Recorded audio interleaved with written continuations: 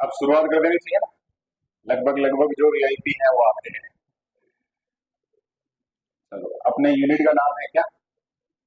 शिक्षा मनोविज्ञान, अर्थ क्षेत्र एवं उपयोगिता। मनोविज्ञान है उसका हमारे लिए जो क्या उपयोग है वो सारी काम। ये लाइट ऑन रखेंगे तो ठीक रहेगा क्या थोड़ा, या बंद ही रख दें? बंद रखने का वो चालू रखने का क्या फायदा नुकसान है जो बताओ मुझे। अगर ये बंद रहेगी तो जो भी वो वीडियो देखेंगे वो ऐसे सोचेंगे कि अफ्रीका से आया हुआ है ना, ऐसे लगेगा उनको थोड़ा। और अगर चालू रहेगी तो थोड़ा ठीक नजर आएगा। लेकिन ठीक है, बंद ही रहना देते हैं हम लोग, है ना। अपन जाके हैं मतलब जैसा मानेंगे वैसे ही बढ़िया है। पाठ का नाम बोलो एक बार ताकि थोड़ा माहौल बन जाए एक बार। शिक्षा मनोविज्ञान का पहले तो अपने को समझना है क्या, अर्थ समझना है, फिर उसका क्षेत्र क्या क्या है और उसकी उपयोगिता क्या है। तो वही कहानी है कि शिक्षा मनोविज्ञान शब्द का अर्थ है, जो सब जानते हैं कि शिक्षा में जिस मनोविज्ञान का उपयोग कर रहे हैं वो शिक्षा मनोविज्ञान है। अब यहाँ पर सबसे पहले नंबर पे अपने को एक शब्द है जिसपे एक दो पेज में पढ़ना है, वो उसका नाम है क्या? शिक्षा। उसके बाद पढ़ेंगे अपन किसके बारे में? फिर इन दोनों को जोड़ के जो शब्द बन रहा है उसको प्रॉपर वे में देखना अपने को, और उसी का अर्थ और क्षेत्र उपयोगिता देखनी है। तो सबसे पहले शुरुआत कर रहे हैं अपन किससे? शिक्षा से। अब शिक्षा है उसका आगे डिटेल में दे रखा है कि संकीर्ण अर्थ भी होता है और एक जो सर्वांगीण अर्थ होता है वो थोड़ा अलग लेवल पर है। लेकिन इसको जब भी हम कोई शब्द है उसको तुलना करते हैं तो अभी भी देखा होगा ज्यादातर ये होता है कि हम फटाफट से ट्रांसलेशन करते हैं अंग्रेजी में। अपने पेपर भी होते हैं तो उसमें क्या करते हैं, एक साइड में हिंदी लिखी है एक साइड में अंग्रेजी, तो उससे थोड़ा वो जुड़ा हो जाता है। ये यूनिवर्सल हो जाता है, इंटरनेशनल लेवल पर जुड़ा हो जाता है कि हिंदी हमारी भाषा है, ये अंतर्राष्ट्रीय स्तर की भाषा है। तो शिक्षा का अंग्रेजी रूपांतरण है क्या? एजुकेशन। और एजुकेटम शब्द से बना है जो किस भाषा का है? और अब थोड़ा याद करो कल के पेपर को। कल अब हम जब बात कर रहे थे तो एक प्रश्न आया था ऐसा, आया था क्या कि ये किस भाषा का है? फिर हमने बात की थी किस भाषा का है? लैटिन का। इसको याद रखेंगे, ठीक है। और लैटिन भाषा में एजुकेटम शब्द जहां भी यूज होता है तो उसका हमारे हिसाब से जो मीनिंग निकालते हैं वो क्या? बाहर निकालना। जैसे किसी को जो बाहर निकाल रहे हैं अपन, इसका मतलब उसके लिए क्या शब्द यूज करेंगे? एजुकेट। अपने यहाँ बाहर निकालने को क्या बोलते हैं? गेट आउट, है ना, या आउट जो भी बोलते हैं, वहां पर एजुकेटम का मीनिंग होता है, ठीक है। फिर इससे मिलते जुलते जो शब्द है उसमें एजुकेयर शब्द भी है और एजुशियर शब्द भी है। और इन दोनों का सेंस है ना थोड़ा शब्द अलग हो सकता है लेकिन लगभग लगभग मीनिंग यही निकलेगा। शिक्षित करना, विकसित करना, डेवलप करना, बढ़ाना, है ना, या प्रगति की तरफ ले जाना, उन्नति की तरफ ले जाना, ये सारे शब्द है जो लगभग इन तीन से मिलेंगे वहां पर। ये तो याद रह जाएगा। इसमें लैटिन शब्द याद रखना है, एजुकेटम शब्द याद रखना है। अब वो एग्जाम में अपने साथ क्या थोड़ी कहानी हो सकती है वो देख लो। जैसे यहाँ शब्द लिखा है एजुकेटम, उसने दे दिया कि लैटिन भाषा के किस शब्द से बना है।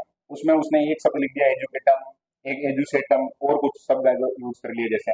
तो थोड़ा ये भी अपने ध्यान में होना चाहिए कि उसमें एजुकेटम लिखा हुआ है ना। क्लियर है ये?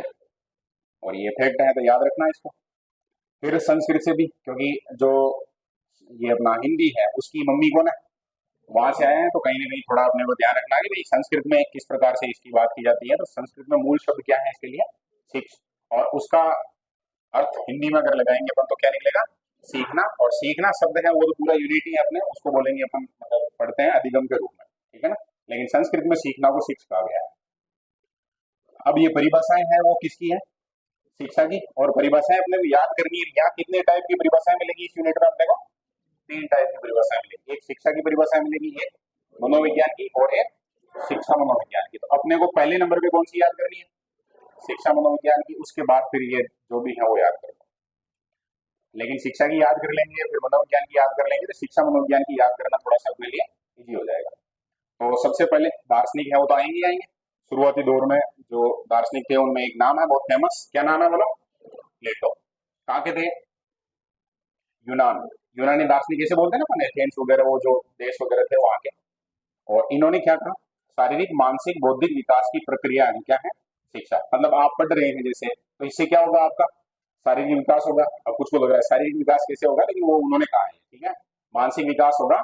और मानसिक को इन्होंने थोड़ा अलग शब्द मानसिक से अलग यूज किया। हालांकि नॉर्मल बातचीत करते हैं तो हम यही मानते हैं कि मानसिक बौद्धिक एक ही है, लेकिन मानसिक शब्द काम में लिया अलग से और बौद्धिक शब्द अलग से काम में लिया। क्या है ये? शिक्षा को इन्होंने क्या माना बोलो? एक प्रक्रिया माना।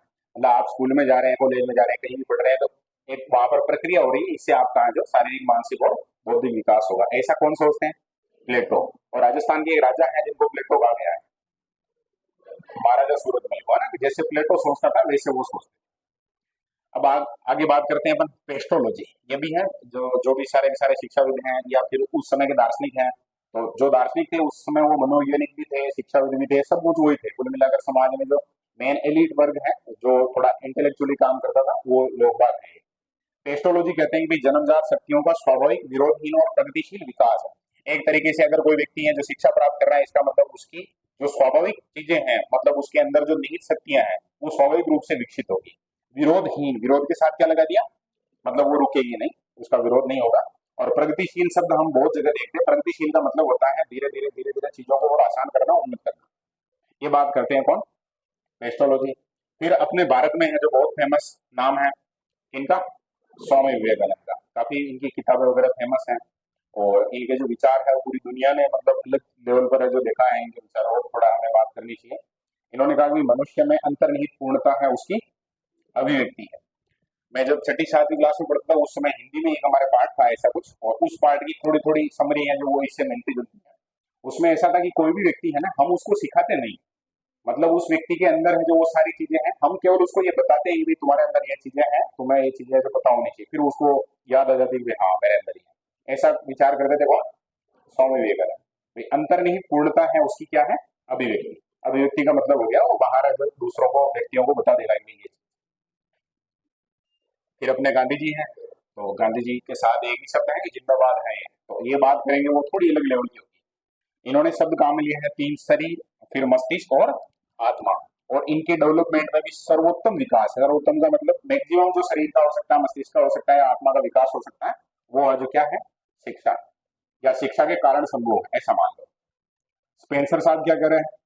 अंतर्निहित शक्ति, वही थोड़ा सा स्वामी विवेकानंद से जुड़ी हुई बात हो गई। अंतर्निहित शक्ति और बाह्य जगत है, दोनों में क्या करना? समन्वय करना। अब ये समन्वय शब्द है, थोड़ा अपने काम का भी हो सकता है, इस पर थोड़ी बात कर लेते हैं। समन्वय का मतलब क्या होगा? हाँ, कोऑर्डिनेशन। Very good. ये किसने कहा कोऑर्डिनेशन? अंग्रेजी शब्द है कोऑर्डिनेशन। क्या है? कोऑर्डिनेशन। और थोड़ा इसको अगर हम बोल के ऐसे परिभाषा के रूप में बताना चाहें तो क्या होगा? तालमेल। और क्या हो सकता है? थोड़ी और कोशिश करो। समायोजन, समन्वय। समन्वय और समायोजन भी लगभग ठीक ठाक शब्द है, एक जैसे ही है। इसका कोई उदाहरण देके बताओ कि ये समन्वय है। बहुत जगह ऐसे सुना होगा, समन्वय बैठक है आज। ये समन्वय का बढ़िया उदाहरण क्या हो सकता है? जैसे रेलवे डिपार्टमेंट, नाम सुना? तो रेलें चलती है, उनकी अलग अलग पटरियां होती हैं, एक ही होती है? हाँ, अलग अलग तो वो वहां पे होती है रेलवे स्टेशन पे, बाकी तो एक ही होती है ना, एक पे ही वही गाड़ी आ रही है, रोज कुछ समय बाद कोई जा रही है, कोई उसके पीछे आ रही है, ऐसा कुछ। तो उनके अंदर है जो क्या होता है? समन्वय होता है, एक सिस्टम होता है उनका कि भाई यहाँ ये है जो साइड में खड़ी है तब तक वो निकल जाएंगी, फिर ये चल रही है उस समय दूसरी है जो साइड में रहेगी, ऐसा कुछ। तो बैलेंस होता है, वो समन्वय होता है, इसके कारण वो सिस्टम चलता रहता है। और जब भी समन्वय बिगड़ता है तो फिर दूसरे दिन अखबार की हेडिंग आती है ना, कि भाई यहाँ रेल पलट गई, यार इतने लोग हैं जो सलट गए, ऐसा कुछ आता नहीं आता। यहाँ पर भी ये हर्बर्ट स्पेंसर है वो ये बात समझा रहे हैं कि मनुष्य के अंदर शक्तियां हैं और बाहर जो दुनिया है वो तो ही है, उन दोनों में समन्वय का काम करती है कौन? शिक्षा। जो व्यक्ति जितना ज्यादा शिक्षित होगा, हालांकि आजकल जो इसमें दो समस्या आने लगी, जो शिक्षित व्यक्ति है उनके बारे में ऐसे आने लगी है कि ये शिक्षित नहीं होते तो ज्यादा बढ़िया रहता है, ऐसी ऐसी चीजें भी हम देखते हैं। लेकिन ठीक बात है, या ये जब कह रहे हैं तो सकारात्मक सोच रखनी चाहिए। हमें समन्वय की बात करते हैं, ठीक है। शिक्षा के कारण है जो बाह्य जगत और जो हमारे अंदर जो शक्तियां हैं उनमें क्या होगा? हम दुनिया के साथ तालमेल कर पाएंगे, कुल मिलाकर बात ये। अब ये महोदय है, नाम है क्या? ब्राउन। शिक्षा वह प्रक्रिया है जो व्यवहार में परिवर्तन लाती है। कुल मिलाकर जो एक दो शब्द अगर देखें इसमें कीवर्ड है, तो व्यवहार में परिवर्तन लाने वाली प्रक्रिया इन्होंने माना है। किसने माना है? ब्राउन ने। अभी एक बार सारी परिभाषाएं देखने के बाद फिर हम कौन से कीवर्ड हैं जो कैसे इनके साथ मैच करेंगे और याद रहेंगे, एक समझना होता है, एक उसको परीक्षा में जब प्रश्न आ जाए तो सही करना होता है, दोनों चीजें देख लेंगे। जॉन डीवी, काफी नाम आएगा, कल भी एक प्रश्न भी आया था जिसमें प्रश्न था कि शिक्षा मनोवैज्ञानिक कौन नहीं है, उसके आंसर में हमने क्या बताया? John Dewey. और उस समय मैंने कहा था कि ये मनोविज्ञान में नहीं थे, ये थे डायरेक्ट ही शिक्षा में, फिर मनोविज्ञान को लेके आए उधर से तो अलग। और बाकी है वो मनोविज्ञान को शिक्षा में लेकर गए थे, है ना। शिक्षा व्यक्ति की उन सभी योग्यताओं का विकास जिनसे वातावरण पर नियंत्रण करता है। यानी कि ये मान रहे हैं कि जैसे अभी स्पेंसर ने क्या कहा था कि बाह्य जगत है और अंतर्निहित शक्तियां हैं, उनमें क्या करती है शिक्षा? समन्वय करती है। ये कह रहे हैं कि भाई जो वातावरण है ना बाहर वाला, समन्वय नहीं करता है, उसके बजाय वो क्या कर देता है, उसको नियंत्रण स्थापित कर लेता है, उसको अपने कंट्रोल में ले लेता है, अगर वो शिक्षित है तो। और नहीं तो वो चलती रहेगी चीजें। ये बात कहते हैं कौन, जॉन डीवी। ठीक है ना। फिर आगे अरस्तु। अरस्तु कौन है, प्लेटो के शिष्य है। तो भाई गुरु से चेला जो पीछे कैसे रहेगा, परिभाषा तो उसको भी देनी है। काफी बढ़िया बढ़िया किताबें लिखी इन्होंने, और इन्होंने जो बात कही है वो एकदम अलग है। हम बहुत जगह सुनते भी हैं, ये कहावत के रूप में, कोट के रूप में सुनते हैं इसको। स्वस्थ शरीर में स्वस्थ मस्तिष्क की निर्माता है कौन, शिक्षा। यानी शिक्षित व्यक्ति है, उसका स्वास्थ्य जो बढ़िया रहेगा और उसका मस्तिष्क भी एकदम कंप्लीट काम करता रहेगा। ऐसी बात कहते हैं कौन, अरस्तु। और हमने ये डायलॉग ऐसे सुना है कि स्वस्थ शरीर में स्वस्थ मस्तिष्क निवास करता है, ऐसे सुना होगा, सुना है नहीं सुना। फिर एक रेमंड महोदय हैं, बचपन से प्रौढ़ता की ओर प्रगति करने की प्रक्रिया। अब ये थोड़े स्कूल गोइंग मान लो, टीचर थे तो उस हिसाब से भी इन्होंने ये सोच लिया कि जब हम बच्चे होते हैं, बचपन होता है हमारा, तो हम जाते हैं कहाँ पर, स्कूल में। और जैसे जैसे स्कूल एजुकेशन कॉलेज कहाँ जाते हैं, हाँ मतलब छोटे बच्चे उन्हीं को तो भेजते हैं। जैसे अभी अभी ये अपनी क्लास में जितने बैठे हैं, इनको पहली क्लास में एडमिशन करवाने किसमें, वो छोटे बच्चे उन्हीं को भेजेंगे ना वहां तो। और जैसे जैसे हम जो क्लासे पास करते हैं, 5वीं 6वीं 10वीं 12वीं, फिर बीए एमए, और इधर हमारी जो वो अवस्था है उसको भी क्या बोलेंगे फिर, प्रौढ़ता की तरफ, है ना, एडोलसेंस, उसके बाद प्रौढ़ता। तो रेमंड महोदय ने कह दिया कि बचपन से प्रौढ़ता की ओर प्रगति करने की प्रक्रिया क्या है, शिक्षा है। बहुत बार देखा होगा किसी की एज बहुत ज्यादा है लेकिन वो ऐसी हरकतें कर रहा है, तो अपन कहते हैं ये छोटा बच्चों की तरह क्या है ना। तो शिक्षित व्यक्ति होगा तो वो किसकी तरह करेगा फिर बात, प्रौढ़ता की, है ना, यानी प्रौढ़ व्यक्ति की तरह। तो ये कौन है विद्वान, रेमंड। रेमंड के साथ याद है। विद्वानों के नाम थोड़े कल भी हमने देखा था, ये इन विद्वान का नाम आया था वहां शिक्षा मनोविज्ञान की परिभाषा में। हालांकि ये किसकी परिभाषा है, शिक्षा की, इनके द्वारा। नियंत्रित वातावरण में मानव विकास की प्रक्रिया। अब इसमें थोड़ा सा ध्यान रखना, देखो वातावरण को नियंत्रित करने की बात तो कौन कर रहे हैं, जॉन डीवी। हाँ ये थोड़ा ध्यान होना चाहिए क्योंकि सेम शब्द है ना, वो फिर एग्जाम में कोई स्टूडेंट है वो जैसे बहुत कंप्लीट याद करके गया तब तो सही हो जाएगा, और थोड़ा थोड़ा सा आधा कचरा सा याद है ना, फिर उसके गड़बड़ होती है। तो भाई ये वातावरण वाली बात, नियंत्रण वाली बात तो यहाँ भी है, और जस्ट थोड़ा सा ऊपर देखेंगे तो यहाँ पर भी वातावरण और नियंत्रण शब्द यहाँ पर भी। तो जॉन डीवी थोड़ा अलग तरीके से कह रहे हैं, वो कह रहे हैं कि भाई सभी योग्यताएं हैं उनका विकास होगा, और जिससे वो क्या कर लेगा, वातावरण पर नियंत्रण स्थापित कर लेगा। और फिर ट्रो अलग कह रहे हैं, नियंत्रित वातावरण में मानव विकास की प्रक्रिया। अब नियंत्रित वातावरण का मतलब ये क्या बताना चाह रहे हैं वो समझो। जैसे आप स्कूल में बैठे हैं या अभी क्लास में बैठे हैं, तो यहाँ का जो वातावरण है वो पूरी तरह से कैसा है, नियंत्रित है, कंट्रोल है। उसको अपन ने है जो सिस्टम ऐसा सेट कर रखा है वो नियंत्रित हो गया एक तरीके से। ठीक है। और मानव विकास, अब ये मानव विकास शब्द है जो बहुत सारे स्टूडेंट ऐसे सोचेंगे कि मानव विकास तो हमने ऐसे पढ़ा था कि लाखों साल पहले ये हुआ वो हुआ, बाद में चिंपैंजी फिर इंसान बन गया, वो वाली बात नहीं कर रहे हैं। मानव विकास का मतलब यहाँ वही सर्वांगीण विकास, शारीरिक मानसिक बौद्धिक सब। फिर अगले विद्वान है, नाम बढ़िया है इसका, फ्रेंडसन। ठीक है ना। तो फ्रेंड कम से कम दो होंगे तब हम कहेंगे ना कि ये है जो फ्रेंड है। तो एक तो व्यक्ति और एक क्या, समाज। और अगर व्यक्ति है जो शिक्षित होगा, समाज शिक्षित होगा, तो दोनों का क्या हो जाएगा, कल्याण हो जाएगा। समाज का हर व्यक्ति शिक्षित है तो समाज का कल्याण होगा, सीधी बात है। और समाज शिक्षित है तो व्यक्ति का कल्याण वो ऑटोमेटिक कर देगा। तो शिक्षा है जो कुल मिलाकर एक ऐसी प्रक्रिया है जिससे व्यक्ति और समाज का क्या होता है, कल्याण होता है। ऐसी बात कौन करते हैं, फ्रेंड्स है। अब इसमें एक टेक्निकल समस्या और है, जैसे एग्जाम में परिभाषा अगर मान लो पूछ ली, ऐसे तो पूछेंगे नहीं, मैं जो बहुत सारी जगह ऐसे कहूंगा कि आएगी नहीं, फिर कुछ को लगेगा ये पढ़ा क्यों रहे हो। तो बहुत बार कुछ चीजें ऐसी होती हैं जो ऐसी ही होती है लेकिन होती है वो, है ना, वो उस प्रक्रिया का हिस्सा होती है और हमें जो उस प्रक्रिया से गुजरना पड़ेगा। तो ये परीक्षा में नहीं आएगी। और एक चीज ये है, बाई चांस मान लो कि जैसे अभी शिक्षा की परिभाषाएं नहीं पढ़कर हम शिक्षा मनोविज्ञान की परिभाषाएं पढ़ रहे हैं, मैंने बहुत सारे शब्द हैं उनको हटा रखा है, मतलब सोल्ड कर रखा है उसको। कुछ की वर्ड है उस पर अपने को खास फोकस करना है, जो विद्वान का नाम है वो पूछते हैं। तो ये इसको कोई ऐसे मत समझना कि सरने में समझा दिया, समझने से यहाँ कुछ नहीं होगा। या मैंने बहुत बढ़िया समझा दिया कि नियंत्रण का मतलब ये, वातावरण का मतलब ये वो कहानियां सारी। अब परीक्षा में जो नाम पूछेंगे विद्वान कौन सा है, तो आपकी समझ से वहां कोई फायदा है जो होने वाला नहीं है। आपको ये पता होना चाहिए कि व्यक्ति और समाज की बात है जो किस विद्वान ने कही थी, ये याद है तो वहां काम ओके हो जाएगा। ये समझ में नहीं आ रहा, केवल रट रखा है तब भी काम हो जाएगा। हालांकि समझेंगे तो आगे और बहुत जगह अपने काम आएगी चीजें, तो ठीक रह जाएगा, है ना। और शब्द छोड़ रखे हैं इसके कारण परीक्षा में जब परिभाषा पूछेंगे ऐसे नहीं पूछेंगे कि व्यक्ति और सामाजिक कल्याण से संबंधित, इतनी लाइन नहीं आएगी, वहां पूरी लाइन आएगी, शिक्षा व्यक्ति और समाज के कल्याण से संबंधित है इस प्रकार से। तो आगे क्या शब्द आ गया, शिक्षा आ गया, उधर क्या आ गया है, या और थोड़ा इसको और बदला जा सकता है, लेकिन ये शब्द हटेंगे नहीं। व्यक्ति और समाज की बात रहेगी और कल्याण की बात रहेगी। अपने को व्यक्ति, समाज और कल्याण की बात है उसको अपने दिमाग में किसके साथ सेट करके रखना रहेगा, ठीक है। और मैं ऐसे कर रहा हूँ कि देखो, अगर आपका फ्रेंड अच्छा है तो आपका कल्याण हो जाएगा, ठीक है। आप जिस समाज है उसका हो जाएगा, व्यक्ति के रूप में वो खुद सारी कहानी है जो इस प्रकार से याद रह जाएगी। आगे है डमविल। क्या नाम है? डमविल।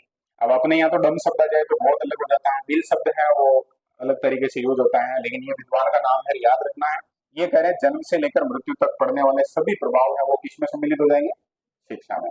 मतलब इन्होंने थोड़ा सा विस्तृत रूप में जो शिक्षा को माना है, विस्तृत रूप में किस अर्थ में, जैसे गांधी जी ने वो 4H वाली जो उदाहरण दी है कि भाई हर प्रकार से व्यक्ति जो डेवलप होगा तो वो शिक्षा है। बाकी आजकल जो शिक्षा का अर्थ है वो बहुत संकीर्ण है। भाई आप स्कूल गए, वहां पढ़ के आए, उसको हम क्या कहते हैं?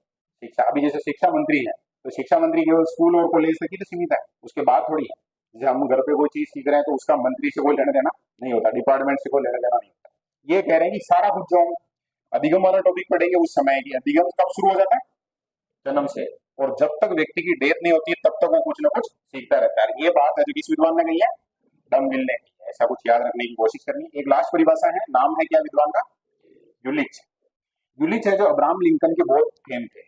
ये शिक्षाविद थे, भले इसमें मान लो 16वें राष्ट्रपति थे अब्राहम लिंकन। नाम सुना होगा अमेरिका के। कौन से नंबर के? गेटिसबर्ग में उन्होंने भाषण दिया था 19 नवंबर 1863 के दिन। और उस भाषण के दौरान उन्होंने एक लाइन ऐसी बोली वो पूरी दुनिया में जितने लोग आज उनके दिमाग में छप गई। और परिभाषा में उन्होंने कहा था, जनता का जनता के लिए जनता द्वारा चलाया जाने वाला शासन है वो क्या है? लोकतंत्र है। अब यूलिच महोदय ने भी वहां कहीं ना कहीं पढ़ लिया और इनके दिमाग में वो छप गई, तो इनको लगा कि यार मैं इसको कैसे है जो यूज करोगे, तो इन्होंने अपने शिक्षा में लाके इसको सेट किया। और कैसे सेट किया? व्यक्तियों के द्वारा व्यक्तियों के लिए की जाने वाली सामाजिक प्रक्रिया क्या है? शिक्षा है। एकदम सेट। अपना जो व्यक्ति है उसको भी इधर शामिल कर लिया और अपनी बढ़िया परिभाषा भी हो गई, सब सेट के हो गई। नहीं है? अब देखो शिक्षा में क्या होगा? व्यक्तियों की, मतलब शिक्षा प्राप्त कौन कर रहा है? कोई ना कोई व्यक्ति तो है ही अंतिम रूप से। और व्यक्तियों के द्वारा का मतलब शिक्षा कौन दे रहा है? वो भी कोई ना कोई व्यक्ति है ना। और शिक्षा दे रहा है उससे है जो फायदा किसको है? भाई आप शिक्षित हो जाओगे तो कहीं ना कहीं समाज को, घर परिवार, कोई ना कोई व्यक्ति है उसको फायदा है। तो और सामाजिक प्रक्रिया, देखो हम है जो सब ऐसे साथ में बैठ के पढ़ रहे हैं, तो एक कैसी प्रक्रिया हो गई? सामाजिक प्रक्रिया हो गई। ये बात कही है किसने? यूलिच महोदय ने। ठीक है ना। तो ये परिभाषाएं हैं जो अपने किताब वगैरह से देखी हमने।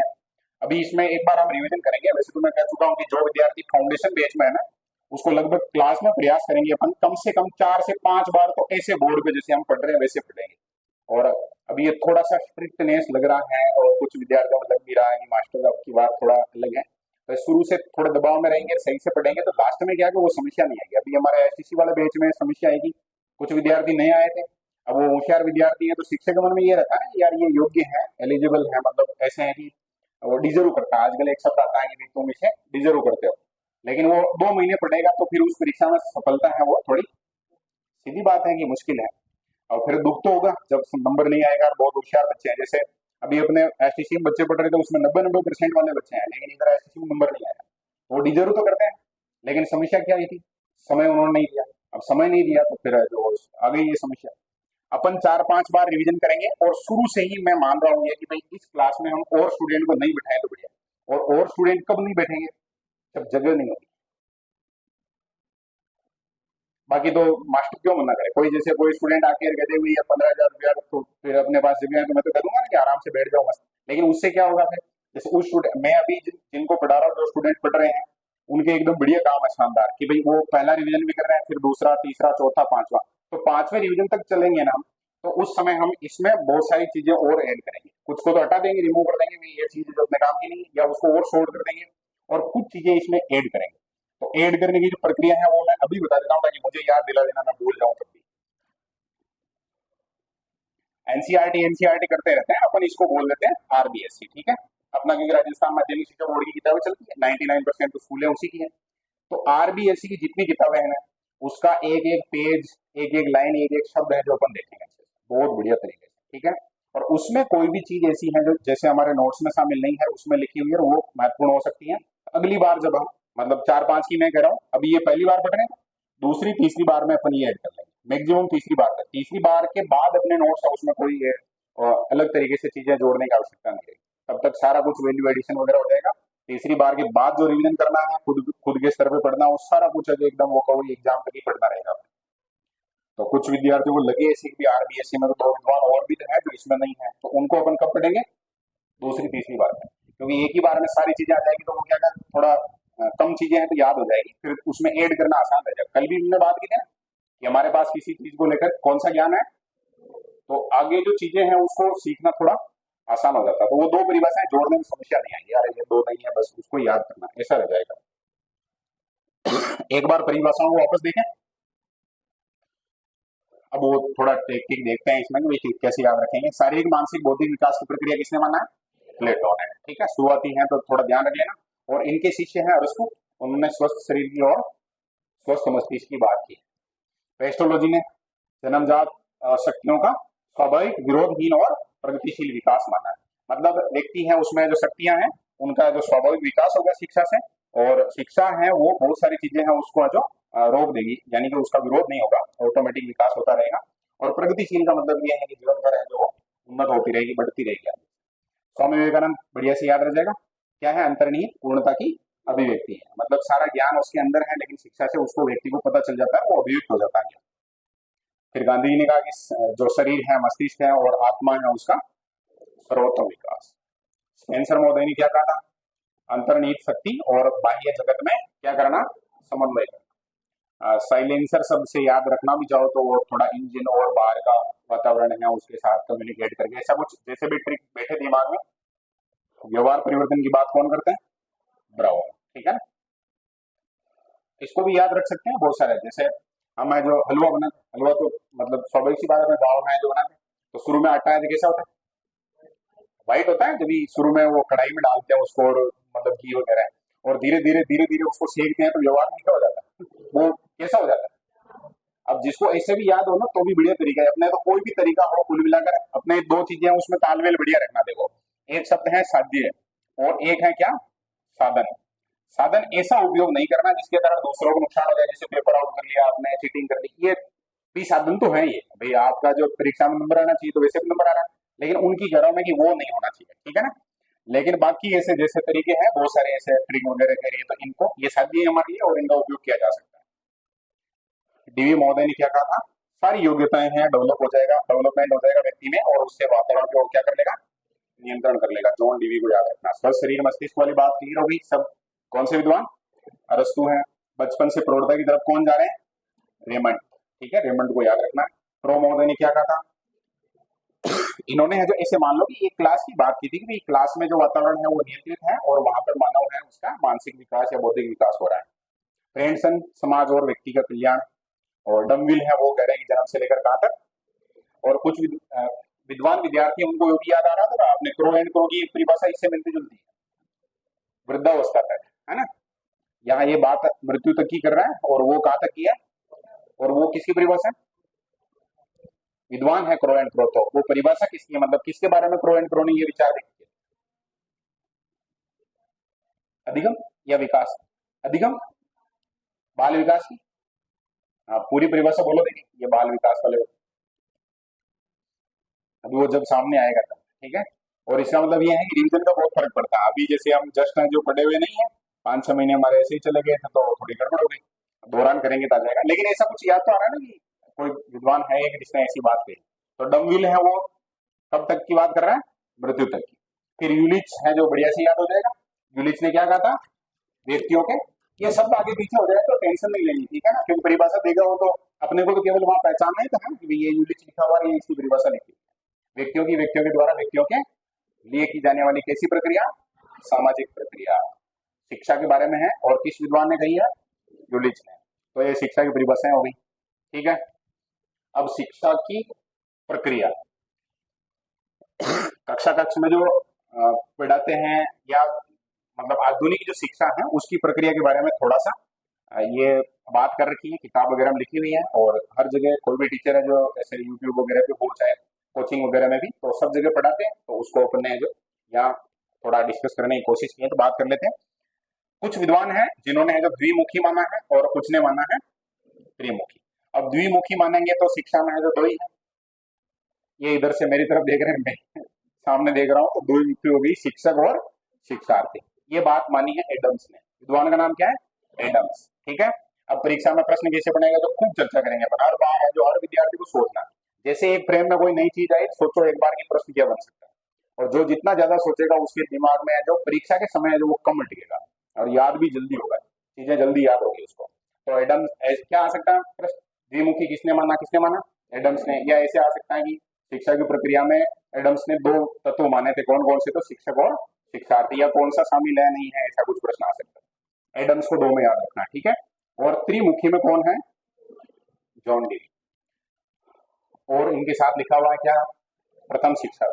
अब कुछ को लगेगा कि प्रथम शिक्षाविद और प्रथम शिक्षा मनोवैज्ञानिक दोनों अलग है क्या, तो अलग है, शिक्षाविद अलग है और शिक्षा मनोवैज्ञानिक अलग अलग है ना, पांडाई का नाम आएगा वहां।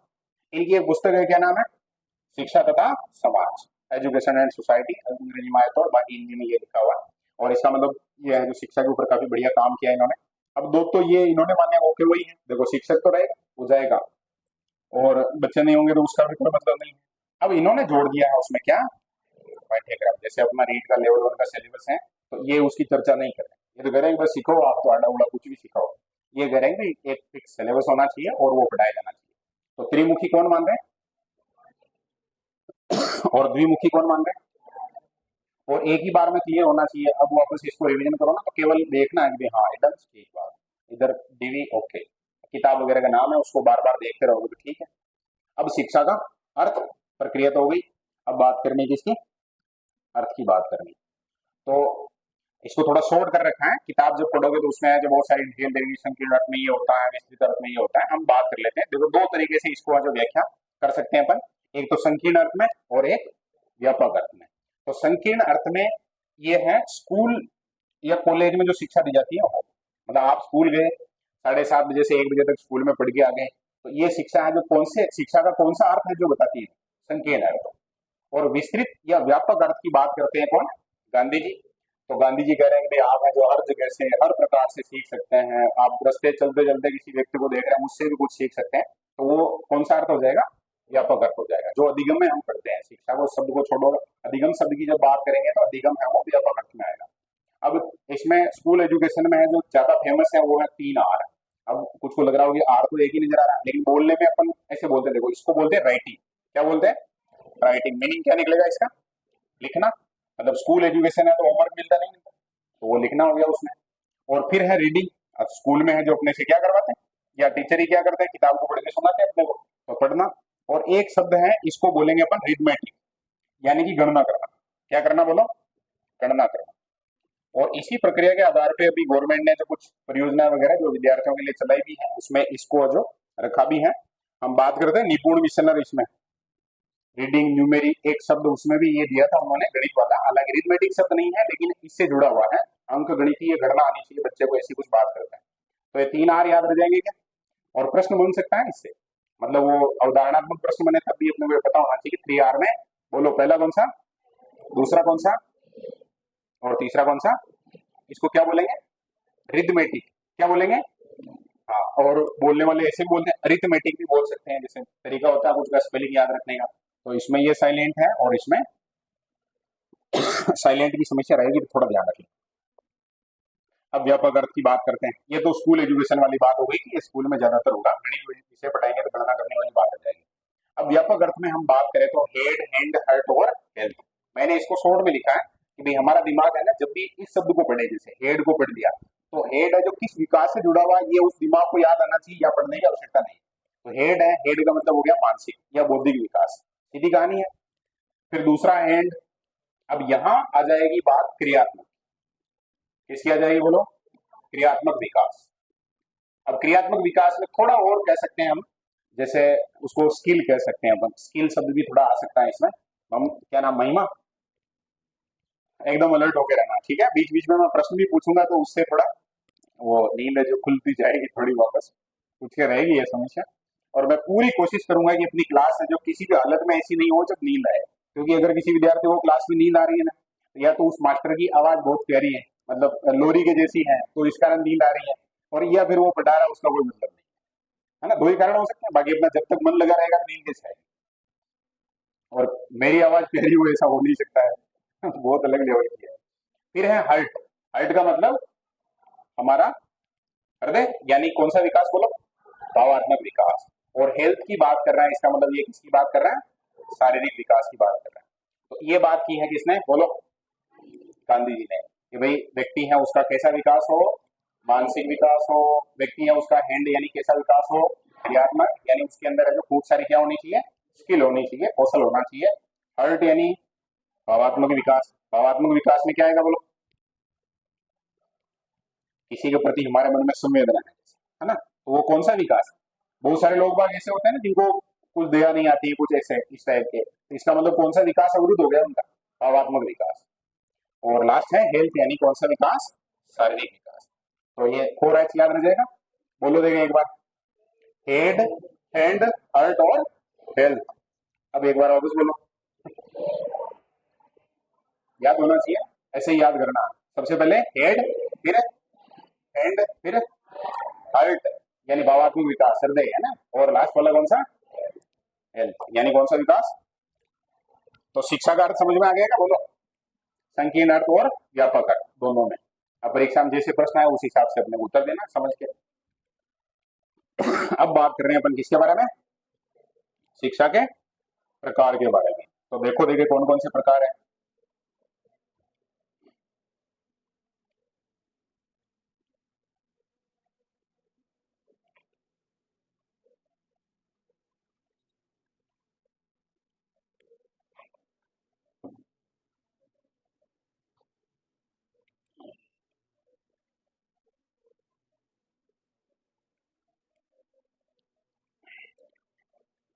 कितने प्रकार है? 3 प्रकार है। और जब भी दौरान करो ना, जब रिवीजन करो, क्योंकि मैं तो कह चुका हूँ कि अपने इस क्लास में बैठे विद्यार्थी लगभग उनको खूब मौका मिलेगा, लगभग 8, 10, 12 आराम से रिवीजन कर सकते हैं। थोड़ा स्पीड रखते हैं और समझ रखते हैं, साइंटिफिक अगर तरीका रखते हैं रिवीजन का, तो वो आराम से 40, 50 बार भी रिवीजन कर सकते हैं। क्योंकि जैसे हम रिवीजन कर रहे हैं, मान लो ये टॉपिक आया कि भाई शिक्षा के प्रकार, तो अगर शिक्षा के प्रकार टॉपिक को देखा हमने, अपने दिमाग को कहा कि कितने हैं, ध्यान आएगा तेरे, वो बता देगा 3 प्रकार है, औपचारिक, अनौपचारिक और निरौपचारिक। फिर अपने को अगर ये याद आ गया कि औपचारिक का मतलब स्कूल वगैरह का, घर परिवार में जो शिक्षा मिलती है वो अनौपचारिक में आ जाएगी, और पत्राचार से है उसको निरौपचारिक बोलते हैं। तो फिर इसको पढ़ने की आवश्यकता नहीं पड़ेगी रिवीजन में, केवल इसको देख के और आगे बढ़ जाएंगे, और ऐसे थोड़ी स्पीड बढ़ जाएगी, एफिशिएंसी भी आएगी। और बहुत ऐसे जल्दबाजी में नहीं करनी कि कोई महत्वपूर्ण है जो चीज छूट जाए, है ना, दोनों ध्यान रखना। अब औपचारिक में जिसका समय और स्थान क्या हो, नियत हो, तो उसको क्या बोलेंगे? औपचारिक। अब इसको एक थोड़ा मैं एक्सटेंड कर देता हूँ, जैसे औपचारिकता, और औपचारिकता किसे बोलते हैं? जैसे मान लो एक 8वीं कक्षा का विद्यार्थी है और उसको गणित में है जो एक चर वाले रैखिक समीकरण सीखने हैं, ठीक है? तो अब वो विद्यार्थी है, जैसे अपने घर से बाहर आया, कई जगह है या घर पे बैठा है, तो उसको पढ़ सकता है। जैसे कोई व्यक्ति ऐसा है जिसको उसका नॉलेज है, तो वो उसको उसके घर पे समझा सकता है, नहीं समझा सकता है। लेकिन उसके लिए गवर्नमेंट ने सिस्टम बनाया कि उसको बराबर 7:30 बजे कहाँ पहुंचना है। ये क्या है? औपचारिकता है, भाई 7:30 बजे ही पहुंचना है। किसी दिन मास्टर जो 6 बजे आ जाए जैसे, या किसी दिन मास्टर की नींद नहीं खुली जैसे घर से, और वो 9 बजे आए, तब पढ़ नहीं सकता है क्या? पढ़ सकता है, लेकिन वहां सिस्टम है, यानी कि समय है जो क्या है बोलो, नियत है, और स्थान भी नियत है। ऐसे नहीं कि भी आज तो स्कूल में आना पढ़ने रहा, आज वहाँ तेजा जी मंदिर के वहां आना, आज जो वहाँ पहाड़ पे बैठ के पढ़ाएंगे खुले में, ऐसे नहीं है। समय और स्थान दोनों क्या है? नियत है। और ये एजुकेशन है जुड़ी हुई किससे? स्कूल। और मैंने जानबूझ के लिखा था कॉलेज जगह, वो उसमें लिखा हुआ नहीं आता कि कॉलेज में बच्चे पढ़ने नहीं जाते, लेकिन कॉलेज अपने MLB या जो BA MA वाले थोड़ी है, और भी तो है जहाँ होती है पढ़ाई, कोचिंग वगैरह भी है जो इसमें आ जाएगा। औपचारिकता होती है उसमें, टाइम वगैरह थोड़ा। दूसरा है अनौपचारिक। यहाँ अब मैंने लिख दिया कि भाई नियत नहीं, तो विद्यार्थी है उसको ऐसे समझना है कि क्या नियत नहीं, समय और स्थान नियत नहीं। बात ये कहना चाह रहा है, लेकिन जब हम पढ़ रहे हैं तो समझ में आ जाती है साथ की साथ बात। और ये शिक्षा में कहाँ मिलेगी बोलो? हमारे आसपास में, और उसमें सबसे नजदीक हम किन के रहेंगे? हमारे परिवार के, और हमारा समुदाय, दोस्त वगैरह जो भी, और सर्किल में सारी दुनियादारी आ गई। वहां जो शिक्षा मिलती है हमें, और वहाँ खतरनाक लेवल की शिक्षा मिलती है, बढ़िया भी मिलती है, और बहुत सारी वो भी मिलती है जिसका फिर उल्टा मतलब निकल जाता है। लेकिन ये समुदाय और परिवार वाली कहानी याद रखें, ठीक है? और एक नाम है, वो है कौन सा? निरौपचारिक, निर प्लस औपचारिक। अब ये, इसमें बढ़िया से शब्दों को याद रखना, ये दोनों तो याद रह जाएंगे। और ये दोनों में भी ये है ना, ये एक विद्यार्थी भी ऐसा नहीं होगा जो भूल जाएगा। मैं पूछूं जैसे कि स्कूल वाले क्या कहते हैं, तो औपचारिक सबको याद आ जाएगा। कंफ्यूजन होगा इन दोनों।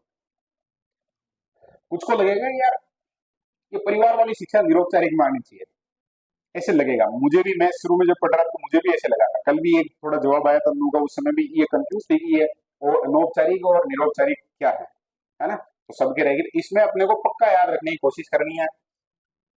परिवार में औपचारिकताएं नहीं होती है, जब भी अपन गलती करते हैं पापा मम्मी डांट देते हैं, फटाफट से ज्ञान दे देते हैं कि ये ध्यान रखना नहीं तो चामड़ा फाड़ देंगे, ऐसा बोल दें, है ना।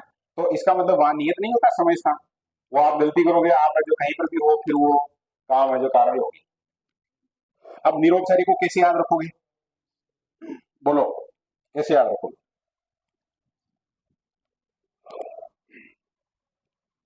निरौपचारिक को कैसे याद रखोगे? पत्राचार शब्द याद रखना है। पत्राचार का मतलब होता है जिसमें जो हम केवल एडमिशन ले लेते हैं और केवल वो हमारे पास किताबें भेजेंगे, हम है जो उनको बोल देंगे ये हमारा जो होमवर्क वगैरह है, और केवल हम पत्र के माध्यम से ही बातचीत करते हुए और वो पढ़ाई कर लेंगे। अखबार से भी पढ़ सकते हैं, टेलीविजन पे भी पढ़ सकते हैं, रेडियो से पढ़ सकते हैं, और आजकल है जो खतरनाक लेवल पे हम कहाँ से पढ़ रहे हैं? मोबाइल से। अब मोबाइल के लिए कोई समय स्थान वगैरह फिक्स होता नहीं, आराम से हम जब भी जहाँ है वहां पढ़ सकते हैं। तो ये शिक्षा के प्रकार याद हुए क्या? अरे बोलो कितने प्रकार है? पहला कौन सा, दूसरा कौन सा, और तीसरा कौन सा? और स्कूल कॉलेज किसमें आएंगे? और अपना घर परिवार किसमें आएगा? समुदाय, दोस्त वगैरह सब आ गए, ठीक है। पत्राचार, रेडियो, मोबाइल, टीवी, ये किसमें आएंगे? निरौपचारिक में, ठीक है ना। औपचारिक में समय स्थान फिक्स होता है, बाकी में फिक्स नहीं होता। आगे है अब मनोविज्ञान का, यानी यहाँ से ऊपर जो बातें थी वो किससे संबंधित थी? शिक्षा से संबंधित थी। अब अपन थोड़ा सा और आगे बढ़ रहे हैं। अब बढ़ रहे हैं हम किस तरफ? मनोविज्ञान। और सबसे पहले हम बात कर रहे हैं मनोविज्ञान का अर्थ, यानी इसका मीनिंग क्या है उसके बारे में। तो वहां पर हमने एजुकेशन यानी सबसे पहले अंग्रेजी रूपांतरण देखा था, यहाँ पर भी वही सेम कहानी है। सबसे पहले लिखा हुआ शब्द क्या? साइकोलॉजी। जब मैंने एसटीसी में एडमिशन लिया था, शुरू में गए थे तो वहाँ मेरे जो क्लास में दोस्त थे, क्लासमेट, तो वो इसको फेकोलॉजी बोलते थे। मतलब पी आ गया ना इसमें, और फिर ये, और समझ में आती नहीं थी शुरू में। और हमारे जो साइकोलॉजी पढ़ाने के लिए मैडम आए थे वो क्या, पीएचडी किए हुए, हाईली ब्रिलियंट, मतलब इस लेवल के ही भयंकर। उनको तो मतलब हिंदी तो वो जैसे 20 शब्द बोलते थे तो 2 शब्द हिंदी के बोलते थे और सारी अंग्रेजी। और अपन यहाँ से गए थे ऐसे गांव दूर दराज के बच्चे आते हैं एसएससी में, तो थोड़ा सा इसीलिए उसका नाम भी क्या रख दिया था। और साइकोलॉजी की पहली क्लास रहती थी हमारे लिए 1 घंटे की। हालांकि उससे पढ़ना वगैरह बहुत सारी चीजें नहीं सीखी हुई थी, लेकिन वो दोस्त तो निकाल देते हैं इसे नाम में दिया, कॉलेज वगैरह में ऐसे ही चलता है। तो अपने को फेकोलॉजी याद नहीं रखनी है, अपने को क्या याद रखनी है? साइकोलॉजी, ठीक है। इसमें पी क्या है? साइलेंट। अब इसके भी 2 शब्द हैं, अलग अलग करती है, जैसे हिंदी में अपन संधि वगैरह करते हैं वैसे। तो पहला है साइकी और शब्द है लोगस, ठीक है। ये ग्रीक भाषा का है, और बहुत बार ऐसे होता है कि लड़ाई हो जाती है, जैसे इस भाषा में भी है इस शब्द, इस भाषा में भी है, तो क्या करें? तो बहुत बार हम करते हैं ना कि ये 19 है, ये क्या है? 20 है। तो इसमें 20 कौन है? पहले नंबर पे जिसका नाम है वो, तो 20 कौन है? ग्रीक है। और जब 20 एब्सेंट है तो फिर कौन जिंदाबाद? तो फिर लेटिन। ऐसे ध्यान रख जाएगा, ग्रीक या लेटिन। ग्रीक नहीं दे, जैसे मान लो कि मैंने केवल ग्रीक पढ़ा दिया और परीक्षा में ग्रीक आया ही नहीं, ऑप्शन दूसरे आ गए, लेटिन आ गया, तो अपने को फिर क्या मानना? लेटिन मानना। साइकी का अर्थ है जो वहां क्या निकलता है? आत्मा, और लोगस का विज्ञान। यानी एक तरीके से शुरुआती दौर में जो साइकोलॉजी शब्द बना था, तो इसका मीनिंग निकला था आत्मा का विज्ञान। अब 400 ईसा किसकी बात कर रहे हैं? पूर्व है। इसका मतलब आज से लगभग कितने साल पहले? अभी देखो चल रहा है 2026, तो इसका मतलब 2400 साल पहले की बात है। कितने साल पहले की? 2400 साल पहले। उस समय मनोदर्शन के नाम से दर्शन शास्त्र की शाखा ही किसका काम कर रही थी? साइकोलॉजी का काम कर रही थी। ये ध्यान रख लेना, ठीक है ना। ये दर्शन शास्त्र को नाम सुना, सब्जेक्ट भी रहता है, फिलोसफी बोलते हैं जिसको अपन। और जो अरस्तु है, प्लेटो है, उनकी जो थ्योरियां वगैरह है। दर्शन शास्त्री ऐसे होते हैं कि ये मोह माया है, संसार, इसमें कुछ नहीं रखा है, ये वो जो बातें करते हैं वो दर्शन शास्त्री में आती है। और यहाँ ये थोड़े एरो वगैरह हैं, ये मेरी आदत है, कभी मुझे लगता है कि ऐसे इससे विद्यार्थी को समझ में आ जाएगा। और मैंने जो नोट्स बनाए हैं, अगर एक बार मैंने किसी विद्यार्थी को समझा दिया कि भाई यहाँ ये है, तो फिर उसके समस्या नहीं आएगी। बाकी ऐसे कोई अगर रेंडमली उठा के देखे मेरे नोट्स पढ़ेगा तो उसके पल्ले ही नहीं पड़ेगा कि ये क्या है। जननी, किसकी जननी? जग जननी भारत माता, ऐसे क्या है? तो ये जननी किसकी है बोलो? मनोविज्ञान की जननी है। कौन है? दर्शन शास्त्र। क्योंकि सबसे पहले दर्शन शास्त्र से ही कहीं ना कहीं इसका जो वो ओरिजिन है, मतलब वहां से इसकी शुरुआत हुई। तो ये याद रह जाएगा। ऐसे पूछ ले कोई कि मनोविज्ञान की जननी कौन है, तो दर्शन शास्त्र है। और कुछ विद्वान है जो शुरुआती दौर में है भैया काम कर रहे थे, तो उनमें अरस्तु का नाम आएगा। अरस्तु की पुस्तक है डी एनिमा, और अरस्तु को माना जाता है शुरुआती जनक, ठीक है। अब ये शुरुआती जनक, आधुनिक जनक और नए मॉडर्न आते रहेंगे, बहुत सारी थ्योरियां बनती रहेगी। अपने कोशिश करनी है कि भाई अरस्तु भी याद रहे, जेम्स भी याद रहे, वुंट भी याद रहे और दर्शन शास्त्र भी याद रहे, सब जनक जननी सब है। विलियम जेम्स ये आधुनिक जनक है, या आधुनिक जनक नहीं पूछ के इनको क्या कह सकते हैं, अमेरिका के हैं और पितामह कहलाए जा सकते हैं। और विलियम वुंट है। अब विलियम जेम्स और विलियम वुंट है ना, इनमें लफड़ा हो गया। देखो 1879 में हम पढ़ रहे हैं कि भाई जर्मनी के लीप्जिग शहर में विलियम वुंट ने क्या कर दिया, प्रयोगशाला चला दी और बढ़िया लेवल पर काम भी किया, टिचनर वगैरह दिए और पूरी दुनिया में फैलाया भी था बहुत सारा मामला। तो दुनिया में जो लोग बाग हैं वो ज्यादा प्रभावित हो गए किससे, विलियम वुंट। लेकिन एक चीज है, बहुत बार मोनोपोली होती है, अमेरिका को अपनी दादागिरी का पता नहीं है, भाई हम सब काम हमने किया सारा कुछ। आज भी अपन देखते हैं तो सब कहीं भी कोई मामला होता है तो अमेरिका बीच में आते रहता है, जरूर उसका नाम आएगा। अपने भारत की भी समस्या पैदा कर रखी। तो फिर ये अमेरिका वाला है, इसका नाम भी अपने को साइकोलॉजी की सारी किताबों, इंटरनेशनल लेवल की जितनी पत्रिकाएं वगैरह आती है तो उसमें नाम आता है। तो इसको भी याद रखना, विलियम जेम्स आधुनिक या पितामह, और ये कहाँ का निवासी है।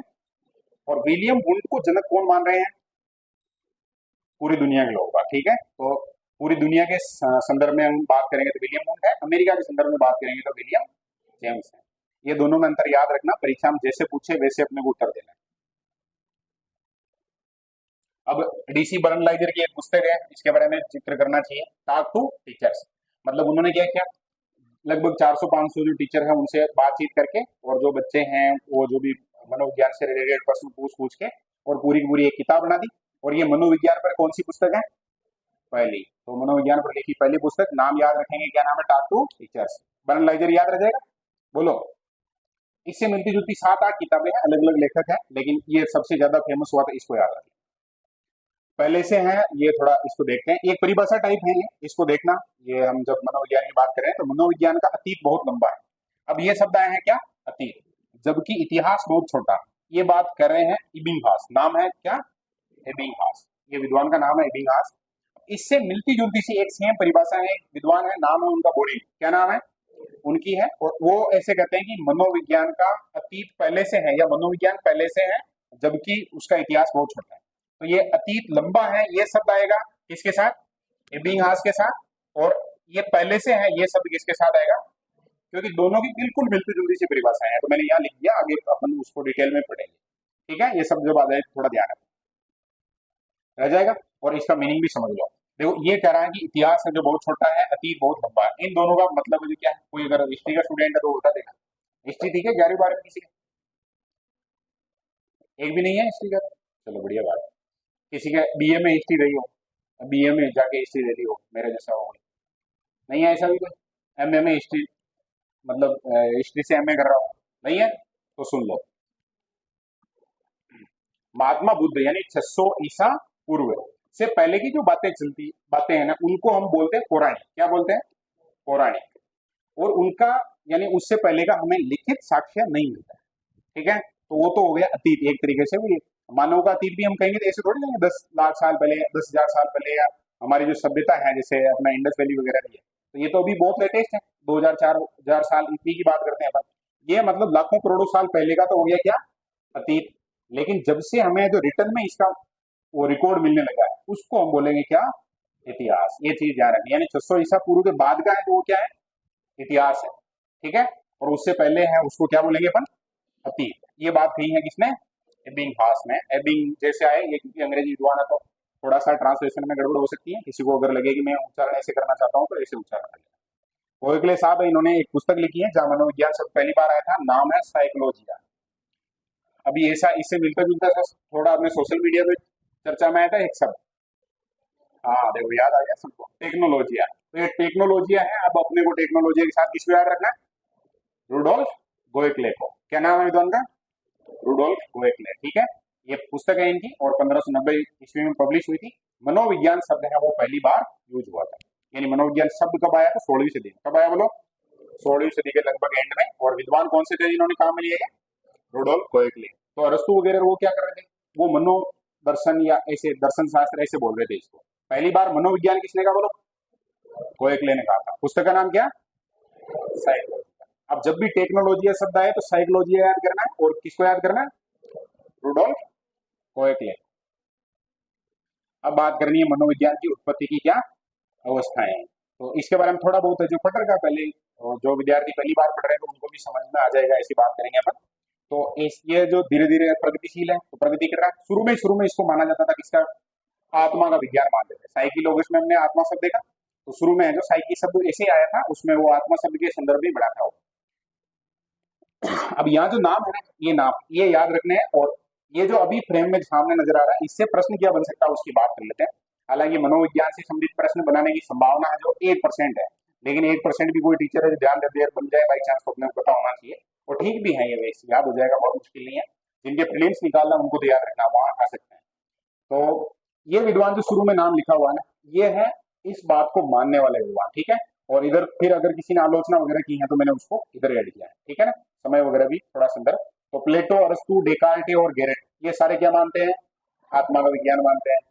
दूसरे नंबर पे फिर आत्मा का विज्ञान है 16वीं सदी के बाद, जो फिर आगे जो मामला है वो थोड़ा चला गया किधर, मन की तरफ। तो आगे फिर इसको क्या माना जाने लगा, मन का विज्ञान। मन का विज्ञान मानने में पेम्पोलॉजी, John Locke, Thomas Reid, Kant और बार्कले ये विद्वान है, सारे के सारे क्या मानते हैं इसको, मन का विज्ञान, ठीक है। फिर आए विद्वान कौन से, चेतना वाले। चेतना वाले विद्वानों ने इसको क्या माना, चेतना का विज्ञान माना। इसमें सबसे ज्यादा फेमस हुआ कौन, विलियम जेम्स। विलियम जेम्स के अलावा एक विलियम वुड, अभी जस्ट हमने पढ़ा था ना, ये जो पितामह है या जनक है अमेरिका का है, ये दुनिया भर वाले मान रहे हैं। तो ये चेतना के विज्ञान के समय आ गए थे ये, और काफी ठीक ठाक लेवल पर काम किया। वुंड का दोस्त था कौन, टिचनर, तो नाम आएगा उसका। जेम्स सल्ली है, वाइब्स है, ये सारे। और फिर मैकडूगल और फ्राइड है, इन्होंने इसकी क्या की आलोचना। उन्होंने कहा, जैसे ये फ्राइड है, इसने कहा कि केवल चेतना चेतना ही नहीं है, चेतना के अलावा भी और है बहुत सारी, तो वो चीजें भी इसमें आएगी। इसका मतलब है ये केवल चेतना का विज्ञान नहीं होना चाहिए। और फिर आए कौन, जो अभी भी चल रहे हैं, व्यवहारवादी, यानी व्यवहार का विज्ञान। इसमें 1905 में, मैंने थोड़ा लिखने में जो किताब में जैसे लिखा हुआ था उसका क्रम बदलने की कोशिश की, क्योंकि अभी आरएसएस ने ट्रेंड चेंज किया था। उसने जो क्रम जमाना कि साल के आधार पर जमाओ ऐसा कुछ, हम जब भी किताब में पढ़ेंगे तो वाटसन का नाम सबसे पहले मिलेगा, और हमें भी सबसे पहले याद रखना है। लेकिन वर्ष पहले किसका आएगा, मैकडूगल का, क्योंकि मैकडूगल ने 1905 में बात कर ली थी इसकी, व्यवहार की। वो स्थापित नहीं कर पाया, संप्रदाय किसने स्थापित किया था, वाटसन ने। लेकिन ये अपने को थोड़ा सा एडवांसमेंट करना पड़ेगा इसमें, क्योंकि आरएसएस भी है उसका अभी धुन में बैठी हुई है, ऐसा प्रश्न आ जाए बाई चांस तो अपने जब भी हम नोट्स देखेंगे ना, तो मैकडूगल का नाम पहले देखेंगे, तो फिर वहां परीक्षा में आ गया जैसे कि 4 को क्रम से जमाओ ऐसा कुछ, तो ये पहले आ जाएगा ध्यान में। तो 1905 में तो कौन बात करता है इस पर, मैकडूगल। फिर ये है जो जनक कहलाता है कौन, वाटसन, 1913 में। 25 में इसकी पुस्तक आई थी, 1913 में ये संप्रदाय बनाया था। इसके अलावा पिल्स बल्ली है, और मन, अब कुछ को देखो उधर मन फटा हमने, इधर ये विद्वान का नाम, मन कौन है, विद्वान है, ये ध्यान रखना। और एक विद्वान है अपने क्या, वुडवर्थ। वुडवर्थ ने काफी लेवल पर बात की थी। एक परिभाषा इसकी फेमस भी है कि सबसे पहले इसने जो आत्मा को त्याग दिया, मन को त्याग दिया, चेतना को त्याग दिया, और अभी एक इसको अपनाए हुए हैं, व्यवहार को। ये परिभाषा भी किसकी है, वुडवर्थ की। इसका मतलब वो व्यवहार को सपोर्ट कर रहे हैं, व्यवहार का विज्ञान मान रहे हैं, ऐसा कुछ अपने को ध्यान रखना। क्लियर है ना। अब ये, अब इसमें समस्या क्या है ये देखो, मान लो मैं है तो ऐसे रेंडमली कोई एक विद्वान का नाम लेकर बोलूं ना, तो अपने को ये आइडेंटिफाई करने में समस्या आएगी थोड़ी सी कि ये चेतना में था, मन का था, आत्मा में था, या व्यवहार का था। तो ट्रिक बना के जैसे भी याद रहे, कोशिश करनी है याद करने नाम। और अगर ये याद कर लिए, जैसे मान लो कि किसी विद्यार्थी को सारा कुछ याद है, तो कौन पहले परीक्षा में आओ बताओ, लेकिन कॉन्फिडेंस है जो उसका फुल ऑन रहेगा।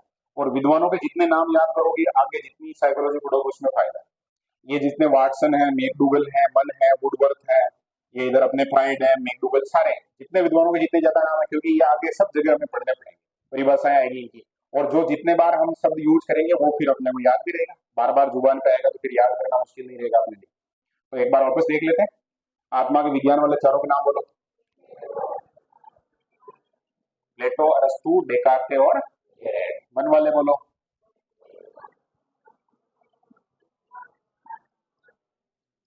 ओके। चेतना वाले बोलो,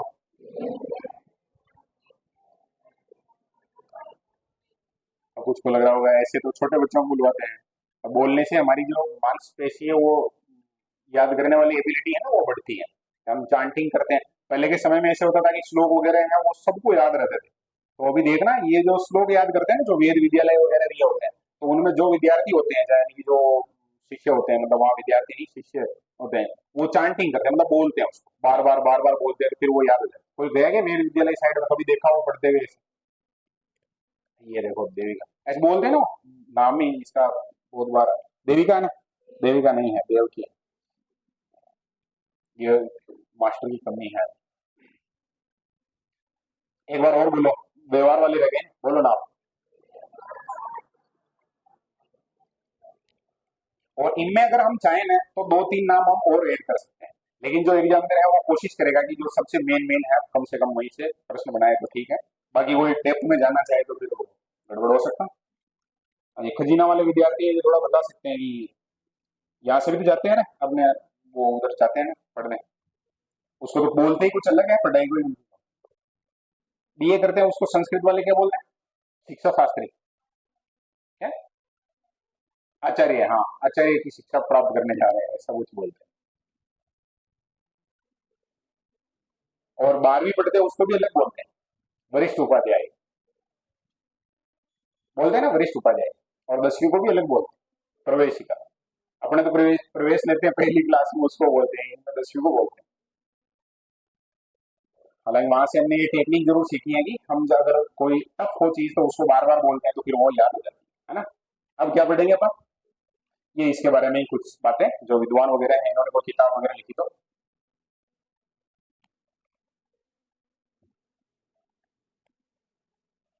आउटलो आउटलाइन ऑफ साइकोलॉजी किसकी किताब है? और याद रखने में जितने जो तरीके हो सकते हैं याद रखने हैं, फैक्ट जहां भी याद रखना है ना, कोई ट्रिक बन जाए तो वो सबसे बढ़िया तरीका होगा अपना। कोई भी फैक्ट याद कर रहे हो, कोई भी अपना पूर्व ज्ञान है उसके साथ जोड़ दो। जैसे क्रिकेट वगैरह देखते हैं तो वो शुभमन गिल का नाम जानते हैं, और फिर वो जानते हैं कि क्रिकेट में क्या होता है, खिलाड़ी आउट होते हैं ऐसे, क्योंकि ये आउटलाइन और किसी विद्वान का नाम आएगा नहीं तो थोड़ा। हाँ, अब कुछ को लग रहा होगा कि हम तो क्रिकेट में नहीं जानते, तो नहीं जानते हो तो कुछ ना कुछ ऐसा जानते हो जो क्रिकेट वाले नहीं जानते, तो उसके साथ एसोसिएट कर दो। जैसे कोई पंजाबी ज्यादा जानता हो जैसे, है ना, तो गल शब्द का मतलब होता है बात। ठीक है, तो ऐसे कर लो भी, हम जो भी बात करते हैं तो पहले हम उसकी आउटलाइन बनाते हैं, उसके बाद फिर बातचीत शुरू करते हैं, जैसे चाहो वैसे याद कर लो। और कुछ है जो आर्ट्स के विद्यार्थी तो वो कहेंगे कि इसमें तो मेक आ रहा था, इसे समझाओ ना। मेक मेक नहीं होता बनाना, क्या बनाओ, क्या बनाओ बोलो, आउटलाइन। ये भी हो सकता है, जैसे चाहो वैसे याद, जिसको जो सरल लगे वो तरीका। और प्रिंसिपल साहब का नाम क्या है? William James. ठीक है, कहाँ के थे? अमेरिका। 1890। ये 1890 है जो जानबूझ के नहीं लिखा है, ये है जो मजबूर कर दिया किसने? आलोक राज जी। या किसने मजबूर किया? अभी एक प्रश्न आया था अपने मेंस एग्जाम में जिसमें जो तारीखें पूछी थी सारी की सारी, इसको तारीखों के हिसाब से जमाओ। तो अब ये 1890 किसी विद्यार्थी को दिखेगा ना, तो उसको ये ध्यान में रहेगा कि विलियम जेम्स है जो 19वीं सदी का आदमी, कम से कम कभी ऐसा अलाइन करना पड़ा तो उसके काम आ जाएगा। और भी जगह जहां सन वगैरह मिलेंगे तो अपन जो कोशिश करेंगे ऐड करने की। और इंट्रोडक्शन टू सोशल साइकोलॉजी ये किसकी है बोलो? अब कुछ को लगेगा आउट हो गया और फिर ये सोशल साइकोलॉजी और आ गई तो फिर कैसे क्या, तो इसमें गल याद कर लेना। ठीक है, मनोविज्ञान के मूल तत्व ये भी है, ये किसकी है बोलो? पिल्स बल्ली की है। कुछ तो भी नाम हो गए, और इसमें मैं को मतलब ये कर नहीं पाया, लेकिन मेरे मन में है एक भाई ऐसा हम कर लेंगे, थोड़ा समय मिलेगा तो। जो सभी पुस्तकें हैं ना, सभी मतलब सभी सभी पुस्तकें और उनके जो राइटर हैं उनकी एक सारणी बना लेंगे, 1-2 पेज में पूरी साइकोलॉजी की किताबें आ जाएगी, और उसको सारे विद्यार्थियों को बार बार पढ़ के और याद करने की कोशिश करेंगे, लास्ट में ये काम करेंगे। आगे बात करते हैं, आधुनिक मनोविज्ञान का संबंध व्यवहार की वैज्ञानिक खोज से है। ये अभी जो हमने मन विद्यार्थी देखा होगा, मन विद्यार्थी क्या बोल रहे हैं, जब बात कर रहे हैं तब मन का नाम आया था, कहाँ आया था नाम? व्यवहार में, विद्यार्थी नहीं व्यवहार। तो वो क्या बात कर रहे हैं कि आधुनिक जो मनोविज्ञान है वो किसका है, किसकी खोज करता है? व्यवहार की। अब इसका मतलब मन है जो किससे जुड़े हुए हैं? साइकोलॉजी को व्यवहार का विज्ञान मानने से जुड़े हुए हैं, ऐसा कुछ अपने को याद रखना है। परिभाषा आ भी जाए ना जब भी, और ये जैसे मान लो कि मन है वो लिखा हुआ नहीं है वहां पर, मन है वो लिखा हुआ तो कैसे आएगा, ऑप्शन में आएगा वो तो। ये मान लो परिभाषा आ गई कहीं से कि आधुनिक मनोविज्ञान का संबंध है जो व्यवहार की मनोवैज्ञानिक खोज से है। ये बात किस विद्वान ने कही? 4 आए। अब 3 नाम इधर के हैं, चेतना, अरस्तू, प्लेटो, और ये आ गए नाम जैसे जी, और एक नाम आया मन। तो हमने भले याद नहीं कर रखा, लेकिन अगर थोड़ा सा भी ये ध्यान रख लिया ना कि ये व्यवहार वाला है, तो फिर अपन इसको सही कर सकते हैं, ये कोशिश करनी है। मनोविज्ञान ने सबसे पहले अपनी आत्मा का त्याग किया, ये सबको याद है, देखो अभी मैंने माइनस माइनस माइनस करके प्लस किया था फिर क्या किया? मन का त्याग कर दिया, फिर किसका त्याग कर दिया? चेतना का। और अब किसको अपना लिया है? व्यवहार को। ये बात किसने कही है? वुडवर्थ। ये वुड जैसा लग रहा है लेकिन वुड नहीं है, क्या है? वुडवर्थ। क्लियर है? अब पढ़नी है अपने को इसकी परिभाषा है। मनोविज्ञान की। इससे पहले जो हम पढ़ रहे थे वो क्लियर है क्या सबके? कोई समझने में ऐसा कोई शब्द आ गया हो, ऐसा कुछ हो, किसी को लगे कि भाई इस पे बात करते हैं वापस? ये सारणी है थोड़ी सी उल्टी हुई बस, इसके अलावा शायद तक कहीं अटकेंगे नहीं अपन। इसको थोड़ा याद करना पड़ेगा, ठीक है ना? पेम्पोलॉजी किसमें आता है? जेम्स वुंट टिचनर, ये किसमें आता है? और अपने मैकडूगल, मन, थोड़े थोड़े तो याद हो गया। बार्कले, रीड, लोक, ये किसमें आते हैं? आत्मा में? नहीं, मन में आते हैं। मन वाले में आते हैं, है ना? आत्मा में तो कौन है? अरस्तु, प्लेटो, डेकार्ट, गेरेट, है ना? ओके, मनोविज्ञान की परिभाषाएं पढ़ना शुरू करते हैं। थोड़ा अलग हो गया क्या इसमें? उसमें क्या, मैं जहां से देख रहा था उसमें ऐसे लिखा था सामान्य है, तो अपन तो सामान्य आदमी है ना, तो मैंने मेरा नाम लिख दिया कि भाई इसका मतलब सामान्य है, ठीक है। और बहुत बार ये होता है ना कि अपने नोट से जो कोई ऐसे देखे जैसे, तो कोई ऐसा कोई व्यक्ति होगा जिसको पता नहीं है जैसे कि कौन क्या है, तो वो सोचेगा ये भी कोई साइकोलॉजिस्ट है, पक्की याद करके जाएगा। व्यक्ति के व्यवहार और अनुभव का वैज्ञानिक अध्ययन है, वो क्या है? मनोविज्ञान है। रह जाएगा क्या? ये सामान्य अर्थ है, ठीक है, ये नाम याद नहीं रखना, परीक्षा में नहीं आएगा। व्यक्ति के व्यवहार और अनुभव का वैज्ञानिक अध्ययन क्या है? मनोविज्ञान। अब यहां से अपने को विद्वानों के नाम याद रखने हैं। वाटसन ने क्या कहा? व्यवहार का निश्चित, इसने शब्द यूज किया बहुत, इसी कारण ये ज्यादा प्रभावशाली बना। इसने शब्द क्या यूज किया? निश्चित। और इसने निश्चित में वो परिभाषा हम जो सुनते रहते हैं इसकी कि भाई कोई एक बालक लेके आ जाओ और मुझे कहो कि भाई इसको क्या बनाना है, डॉक्टर, इंजीनियर, चोर, लुटेरा, कुछ भी बना सकता हूँ। ये बात इसीलिए फेमस हुई। फिर स्किनर क्या करें? व्यवहार और अनुभव का विज्ञान जो जीवन की सभी परिस्थितियों में प्राणी की क्रियाओं का क्या करता है? अब परिस्थितियों में ध्यान रखना, शैक्षणिक परिस्थितियों की बार बार बात आएगी, वो तो किसमें पढ़ेंगे? बस शिक्षा मनोविज्ञान। और यहाँ क्या शब्द यूज किया इसने? सभी, ठीक है ना? व्यवहार और अनुभव का विज्ञान जो जीवन की सभी परिस्थितियों में प्राणी की क्रियाओं का अध्ययन करता है, वो मनोविज्ञान है। और ये परिभाषा दी है किसने? स्किनर ने। मानव व्यवहार और मानव संबंधों का अध्ययन ही मनोविज्ञान है, ये बात किसने कही है? क्रो एंड क्रो ने। वातावरण के संपर्क में आने वाले व्यक्ति के क्रियाकलापों का अध्ययन है जो मनोविज्ञान है, ये बात किसने कही है? वुडवर्थ ने। मैकडूगल ने क्या कहा है?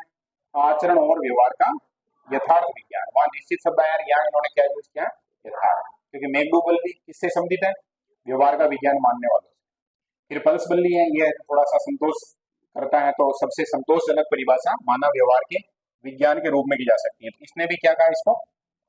मानव व्यवहारिका, मनोविज्ञान को थोड़ा सा मानव व्यवहार से जोड़ दिया। विलियम जेम्स, इसको क्या कहते हैं? चेतना का विज्ञान। तो विलियम जेम्स को अपन अगर याद कर लें उधर चेतना में, तब भी ये याद रह जाएगा। तो चेतना में William James, William Wundt Titchener सबका नाम आ रहा है।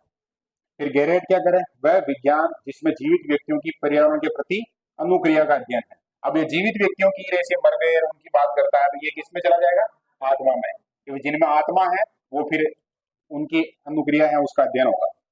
ये विद्वान है, दोस्त होंगे शायद तक, इस कारण साथ में लिखा होगा, बोरिंग, लेकफील्ड और वेल्ड। इन्होंने क्या कहा? मानव प्रकृति का अध्ययन। क्या है? मनोविज्ञान।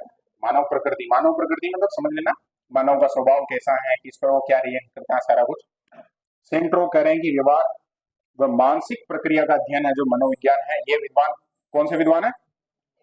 सेंट्रो, ठीक है ना? व्यवहार व मानसिक प्रक्रिया का अध्ययन। व्यवहार का मतलब तो हो गया जो सामने है, मतलब बाह्य जो दुनिया है उसके साथ हमारा, और मानसिक प्रक्रिया का मतलब हमारे मन में जो विचारशील है, दोनों की स्टडी हो जाएगी साइकोलॉजी सेंट्रो के अनुसार। वारेन क्या करें?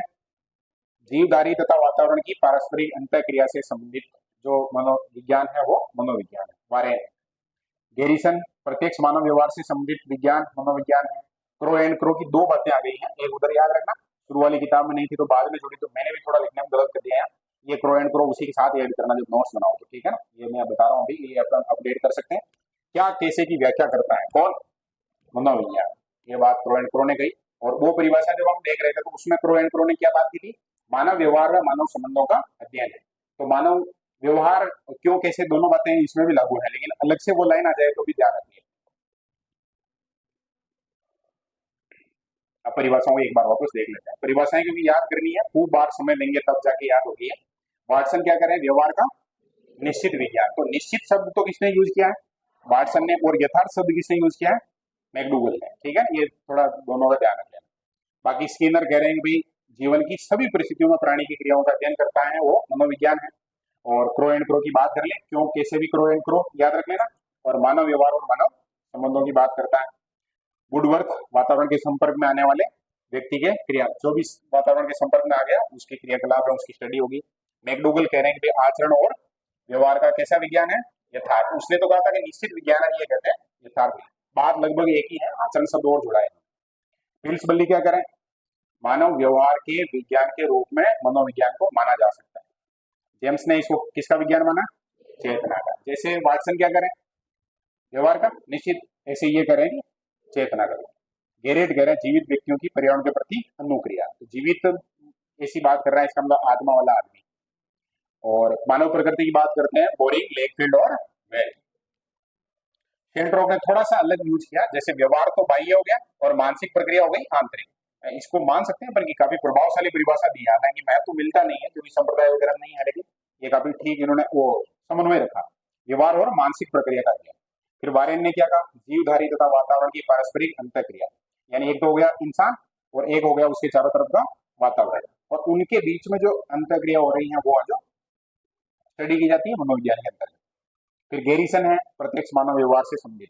तो गेरिसन को याद रख लेना, प्रत्यक्ष मानव व्यवहार जो नजर आ रहा है सामने है। देखो इसमें इसमें और इसमें अंतर नजर आ जाएगा सीधा सीधा। ये चीज है जो छोड़ दी है किसने, गेरिसन ने। ये कह रहा है कि जो सामने नजर आ रहा है उसी का अध्ययन है जो मनोविज्ञान में होगा। और प्रो एंड प्रो को याद रख लेना। क्या बात कही थी, क्या कैसे की व्याख्या करता है। भाई क्या का मतलब तो क्या करना हुई, और कैसे का मतलब इसके पीछे का रीजन वगैरह क्या है, प्रकृति में होने वाली प्रत्येक घटना आ गई। अब बात करनी है मनोविज्ञान अनुसंधान के चरण की। तो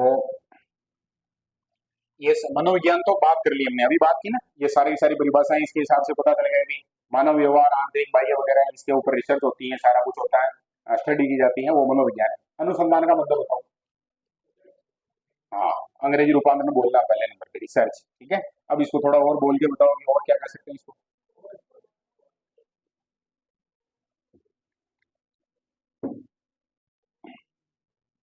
खोज और रिसर्च में अंतर नहीं है, मतलब खोज और अनुसंधान में। कभी कभी ऐसे लगता है ना कि हम फिलोसॉफी पढ़ने लग जाते हैं बीच में, तो उसको हटाओ। अपने देसी उदाहरण दो कि भी अनुसंधान का मतलब ये है।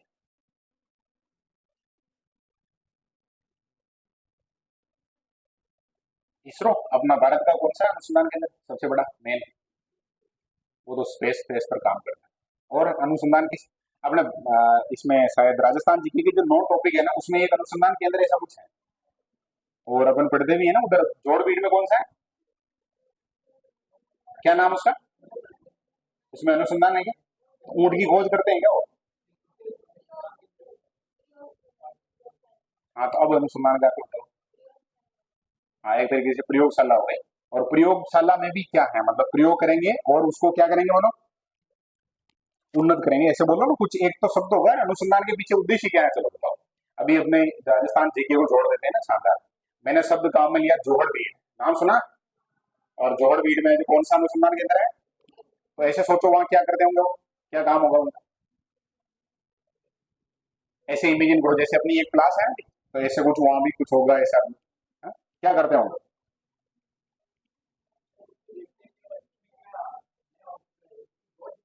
हाँ, ये लगभग जवाब है। कुल मिलाकर वही है सारी कहानी। ये तो हमने पहले पढ़ा था ना कि वो डोली भेड़ बना दी उन्होंने, उसकी कोशिका वगैरह का वो करके, ऐसा कुछ ऐसी सारी कहानियां जो अनुसंधान में आएगी। तो मनोविज्ञान में भी हम जब भी कोई काम करते हैं, जैसे मानव व्यवहार, उसका क्या करना है, इसमें अध्ययन करना। तो अध्ययन करना, तो वो अध्ययन कैसे करेंगे उसके चरण अपन पढ़ रहे हैं, ठीक है। और परीक्षा में ये प्रश्न जो बनता है, भले इस टॉपिक से नहीं बने, लेकिन बहुत सारे व्यक्तित्व वाले और टॉपिक हैं, वहां पर हमें जो इस प्रकार के चरणों की बात करनी पड़ेगी। तो थोड़ी कोशिश करना ये याद रह जाए। सबसे पहले क्या करेंगे बोलो, कोई भी समस्या है उसका चयन करेंगे कि भाई इस पर हम काम करेंगे। उसके बाद क्या करेंगे, डेटा कलेक्शन करेंगे, मतलब उससे रिलेटेड सारा का सारा जो फैक्ट है वो अपने पास लाएंगे।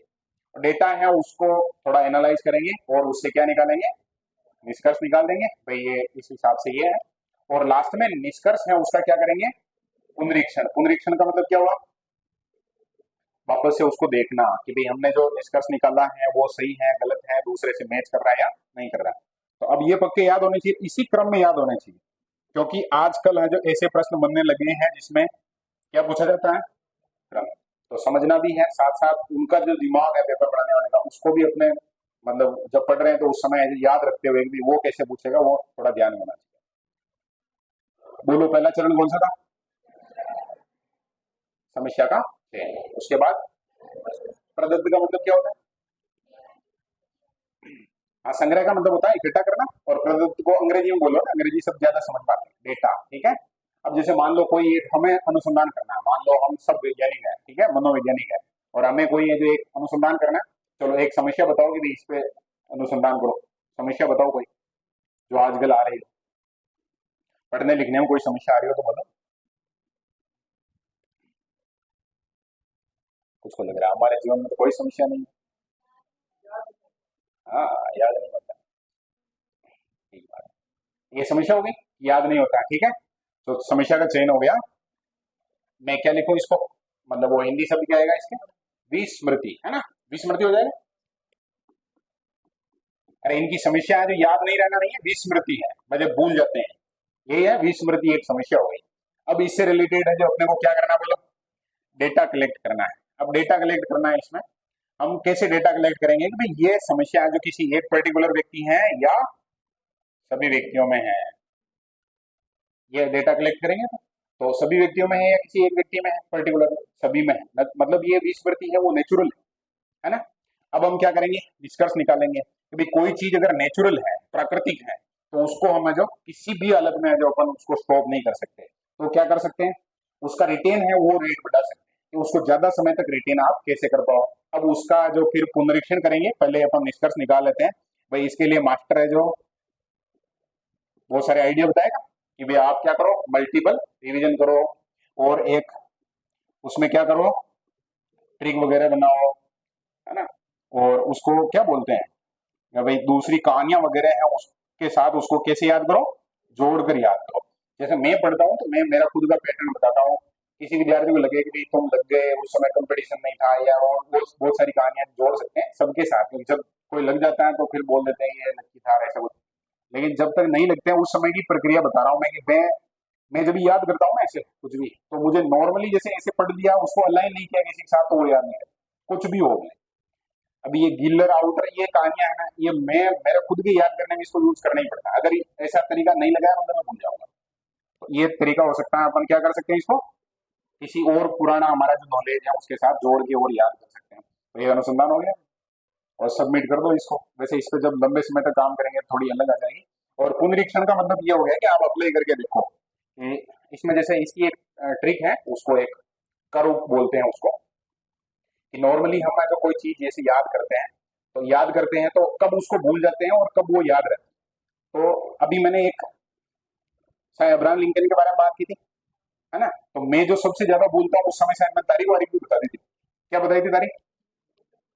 19 नवंबर 1863, है ना? तो मुझे वो 19 नवंबर क्यों याद आता, क्योंकि मेरी ज्वाइनिंग हुई थी। तो मैंने जब पहली बार पढ़ा ना इसको 19 नवंबर, तो जैसे ही वो 19 नवंबर आया तो मेरे दिमाग में ऑलरेडी ये 19 नवंबर ऐसा है जो फिक्स है, वो जो कभी मिटने वाला नहीं है ना? वो रहेगा जब तक मुझे याद। तो इस घटना को मैंने उसके साथ अलाइन कर दिया। अलाइन कर दिया तो फिर वो जो लंबे समय तक याद रहेगी। यानी कि ये एक निष्कर्ष में आ जाएगा कि भाई हम जो उसको पुराना किसी नॉलेज के साथ जोड़ेंगे तब वो जो याद रहेगा। और कब याद नहीं रहेगा, अगर हम उसको अलाइन नहीं कर पाए, जैसे हमारे पूरे पुरानी किसी मेमोरी के साथ, तब वो याद हमें नहीं रहेगा। सीधी कहानी है। तो अब कोई स्टूडेंट जैसे जिसकी ये समस्या है, तो उसका एक समाधान तो हो गया कि भाई आप थोड़ा अलाइन करना सीखो, ऐसे कुछ ना कुछ ऐसा कहानी वगैरह बनाओ जिससे वो जुड़ जाए। और कुछ होता है ऐसे कि एक वो जो हमारा जो मेमोरी है, जो मेमोरी से कोई चीज हटती है, उसका एक कर्व है कि भाई आप मल्टीपल रिवीजन कर रहे हैं तो उसमें ऐसे है, तो भाई आज रिवीजन कर लिया, आज ही 10 बार रिवीजन कर लिया, जैसे इसके बजाय जैसे हमने आज रिवीजन कर लिया, 5-7 दिन बाद रिवीजन कर लिया, फिर 20-22 दिन बाद रिवीजन कर लिया, 1 महीने बाद, ऐसे कुछ थोड़ा बीच में अंतराल रखे और ऐसे याद किया, तो ये व्यक्ति है उसको ज्यादा समय तक याद रह सकती है वो चीज। और एक ही दिन में 10 बार, तो फिर अगले 5-10 दिन 15 दिन बाद हो सकता है कि वो आज वापस भूलना शुरू हो जाए।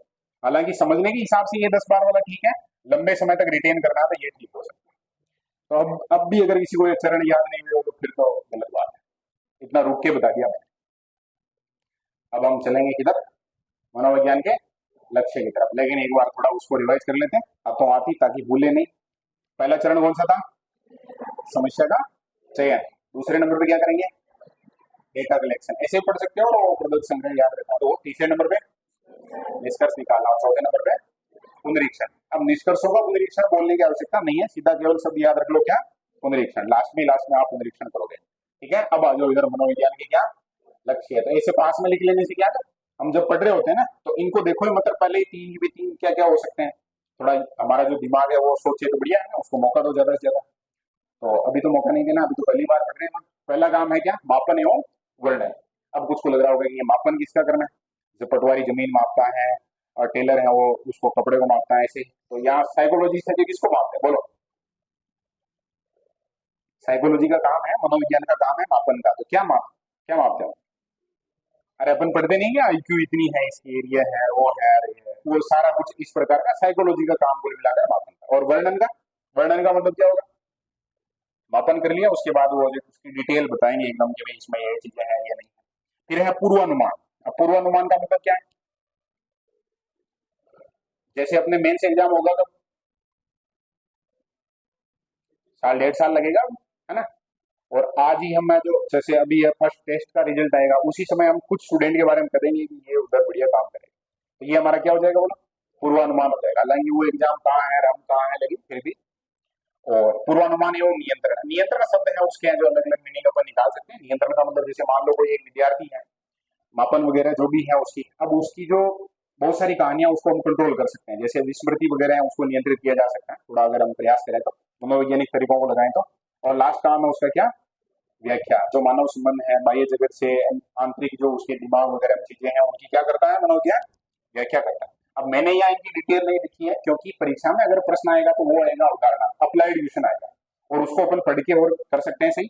ये तीनों पक्के याद होने चाहिए, तीन शब्द आते हैं उसमें। पहला क्या था, मापन एवं वर्णन। दूसरा क्या था, पूर्वानुमान एवं नियंत्रण। और लास्ट क्या करता है, व्याख्या करता है। अब इनकी थ्योरी है वो अपने अपने हिसाब से अपन सेट कर सकते हैं। अब इसमें ये थोड़ा एक्स्ट्रा लिखा हुआ था, इसको देख लो। ये कह रहा है कि व्यवहार संज्ञानात्मक, व्यवहार, व्यवहार का मतलब किसका व्यवहार, बोलो, मानव का व्यवहार। और ये क्या लिखा हुआ, संज्ञानात्मक प्रक्रियाएं। संज्ञानात्मक प्रक्रिया का मतलब हमें कोई चीज याद रहती है या हम भूल जाते हैं, वही चीज, संपर्क वगैरह सब आ जाएंगे। तो अभी जो पॉइंट पढ़ा था हमने मनोविज्ञान के लक्ष्य, मतलब मनोविज्ञान विषय चल रहा है तो मनोविज्ञान क्या चाहता है, तो वो चाहता है कि वे क्या करें, मापन करें और वर्णन करें, और क्या करें, पूर्वानुमान लगाएं, नियंत्रण स्थापित करें, और जो चीजें हैं मानव के अंतर संबंध है उनकी व्याख्या करें। ये लक्ष्य हो गए।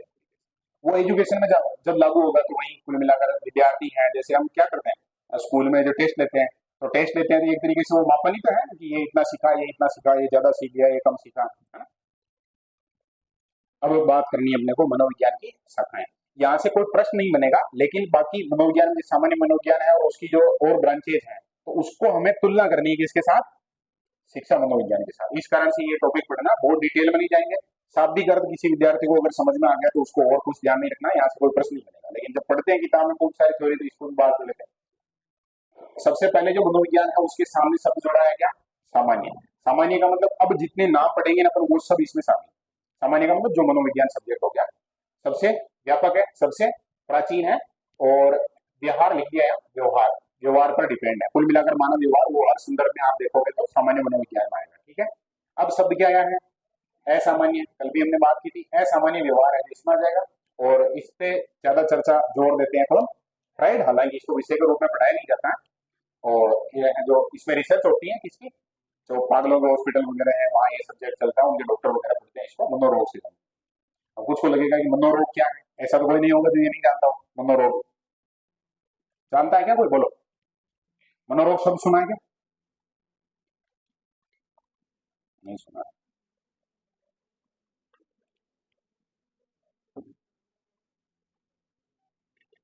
नहीं सुना मनोरोग।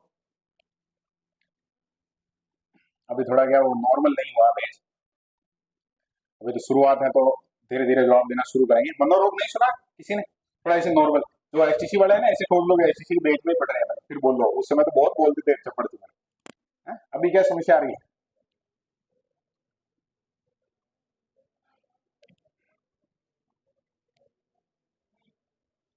हाँ वही, वेरी गुड। ऐसा रोग जो क्या नहीं हो रहा है, दिख नहीं रहा है लेकिन रोग है, उसको क्या कहेंगे अपन, मनोरोग।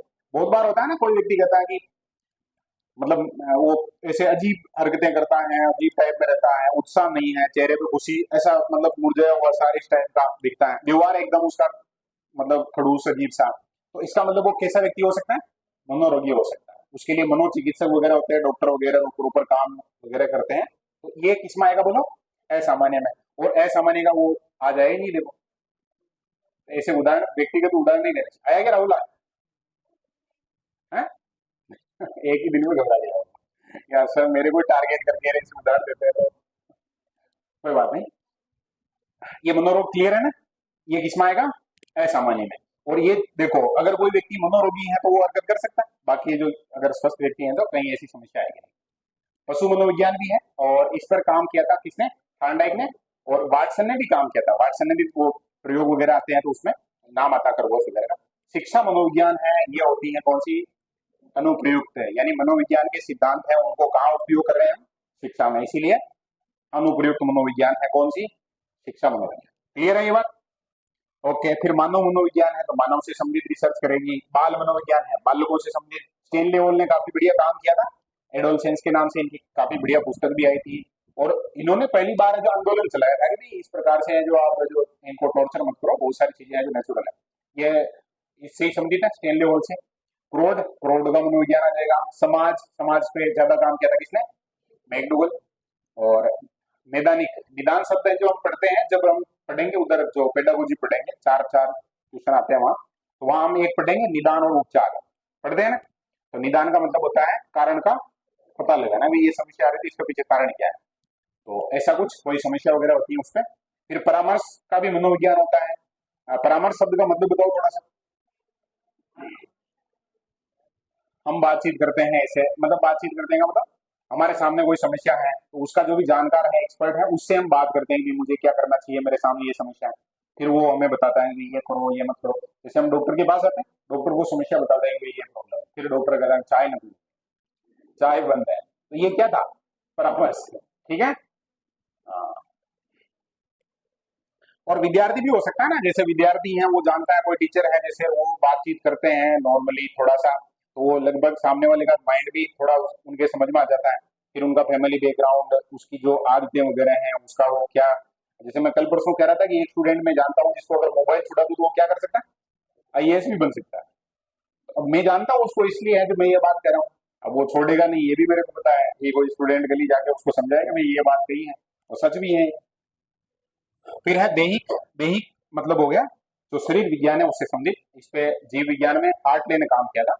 हार्टले कौन है? विद्वान है, ठीक है, आगे पढ़ेंगे नाम आएगा इनका। फिर है संज्ञानात्मक, इन पे सबसे जबरदस्त रिसर्च है किनकी? जीन पियाजे की।